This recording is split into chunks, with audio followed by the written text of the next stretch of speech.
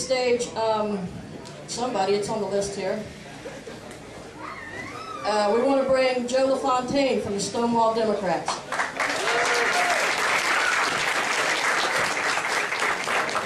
Thanks, Randy.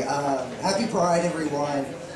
As many of you know, this is the 40th anniversary of the Stonewall riots, which is widely regarded as the birthplace of the modern gay rights movement. And I wanted to talk a little bit about what Pride is and what we can do to make Pride be effective in helping us gain full equality. The Stonewall riots were basically a perfect example of people saying enough is enough. We're not going to take it anymore. As you know, here in Arkansas, we've had in 2005 the constitutional amendment that wrote discrimination against marriage equality into our state constitution. Last year, Act 1 further discriminated against our community by saying that any unmarried cohabitating couples cannot adopt or serve as foster parents. Well, of course, for us, they don't allow us to marry, but then they exclude us because we're not married. So it's to the point where the gay community in Arkansas has got to say enough is enough. We have to stand up. We have to, we have to come out. We have to be visible. We have to come out to our families. We have to come out to our friends, to our church organizations. We have to come out to our representatives and elected officials. They must know who we are. In the movie Harvey Milk, there was a statement that is very true. When they know us, they vote for us 4-1. So every time we make those personal connections, and every time that we come out, we're changing hearts and minds. So we've got to be out there. We also have to support our elected officials that are pro-equality. We've got to support them with money. We've got to support them with time. We've got to be there. We've got to make our place at the table. We've got to let them know that we care about equality and we're willing to put our money and our time into electing them. We also have to run. We as gay people, in order to get our place at the table, we must do like Kathy and Gary and Alice and now Jay. We have got to put ourselves out there because nobody's going to speak to our issues the way that we can. And for Doyle Webb and the Republicans that don't like having a lesbian in the House, wait till we put a gay man in the Senate.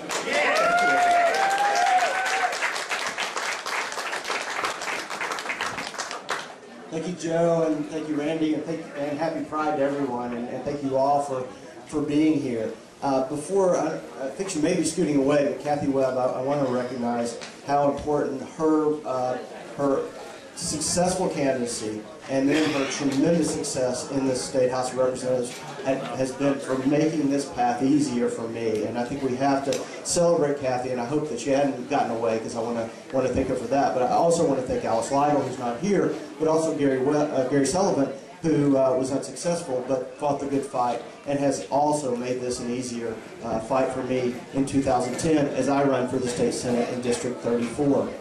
You know, when I was a kid, and when many of y'all were young, the official nickname of the state of Arkansas was the Land of Opportunity. And in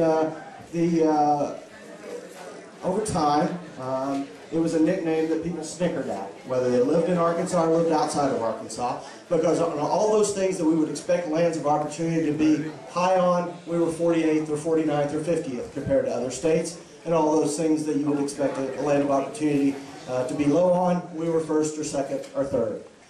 And so for a variety of reasons in the late 1980s, we moved away from that nickname. We moved to the natural state. And we did so for some good reasons, because this is a beautiful state. And it's one of the things that I'm committed to protecting in the state legislature is the natural beauty of this state. So there were good reasons for doing that, because we wanted to advertise to the rest of the world this is a beautiful place to come visit. But I think we also moved away from it because we couldn't take that nickname seriously. We couldn't stand up and say, this is a true land of opportunity. Well, as time has passed, I've become more and more bummed that we moved away from that nickname. Because we should always aspire to be a land of opportunity for all our citizens, no matter their race, their ethnicity, their class, their sexual orientation, or their gender identity. And that is going to be my guiding principle as I think about the issues I'm going to work on in the State Senate and as I cast votes in the State Senate. Because the things that I care most about are things that are at the core of whether this is a land of opportunity. First and foremost, do we have an educational opportunity that's available to all the kids in this state that really does provide them the opportunity for economic livelihood and all the other things that come with a great education. We have that responsibility to our kids. We have the responsibility to take advantage of the changing economy, taking advantage of the 21st century economy, especially the green economy, to start to rebuild communities in the state that are dying and really taking away hope from the people who are there. And many of those kids who live in those communities are finding that they have to get out of those communities.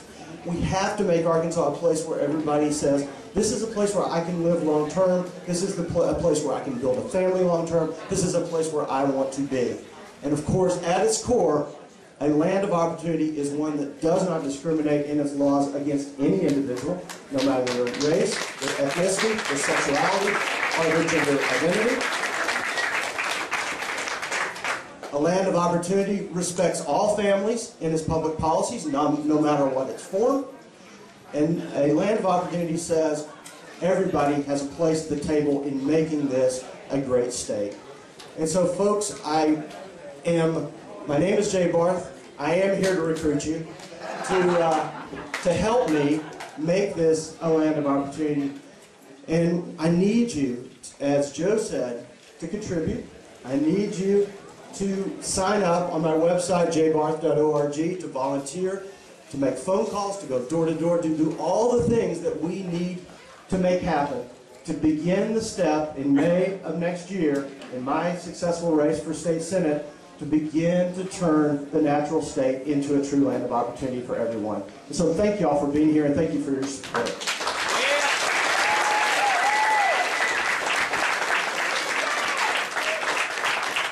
So we're going to put Jay in the Senate or what? Yeah! My name is Randy Romo, and I am the Executive Director and the co-founder of the Center for Artistic Revolution.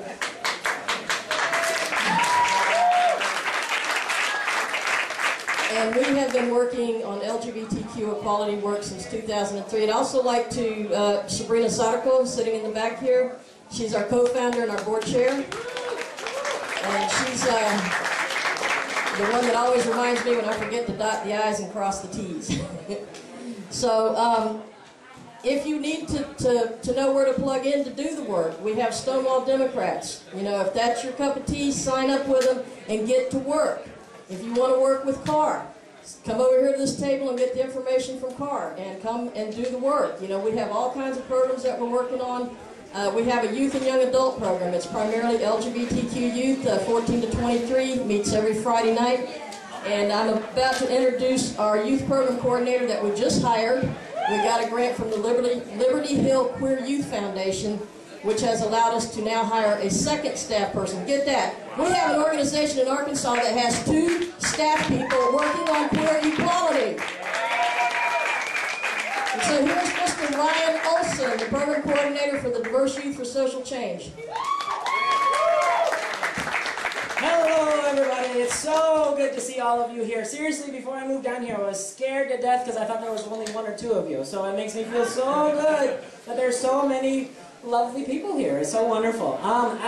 Before I go into what I want to talk about, I do want to acknowledge all of the families that brought their children here today. I think that says a lot about our community. So please clap for them. I think that's the biggest point about today, is that our theme for today is unity through community. And as we can look around this room today, we can see that we have so many different types of people here today. We have people of faith, we have people who have disabilities, we have people of all colors and nationalities and genders. And it's very important that we recognize that here in Arkansas, we have people that are diverse and but loving each other and together. We have a community. And that's what we're all about at CAR, okay? So remember all your brothers, sisters, and others, okay? Remember that. Now I wanted to talk to you today a little bit about the youth group that we run out of CAR. It's called DISC, or Diverse Youth for Social Change. We meet at 6:30 every Friday night in the Presbyterian Church. All right? It's very important that as a community we support our youth. So many of us as elders forget that there are people that come behind us, the next generation that need our support as much, even more so than you may have needed a couple years ago. So it's very important that we get behind our youth and we support them, not just through laws or, saying, hey, good job. It's about being their leaders, being their mentors.